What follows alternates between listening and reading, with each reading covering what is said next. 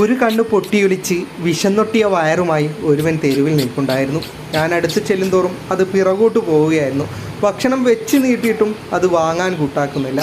ഒടുവിൽ ഞാനത് എറിഞ്ഞു കൊടുത്തു. അപ്പോഴേ മനസ്സിലായി ആ കണ്ണ് തല്ലിപ്പൊട്ടിച്ചത് ഇരുവാലി മൃഗമായ മനുഷ്യൻ തന്നെയാണെന്ന്.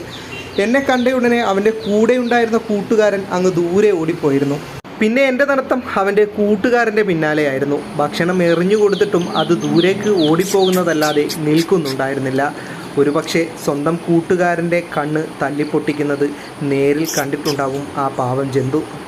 ഞങ്ങൾക്ക് അവകാശപ്പെട്ട ഭക്ഷണം നീ എന്താ മറ്റുള്ളവർക്ക് കൊടുക്കുന്നേ എന്ന് ചോദിച്ചുകൊണ്ട് വീട്ടിലെ പൂച്ചകളായ അമ്മയും മോളും വന്നിട്ടുണ്ടായിരുന്നു.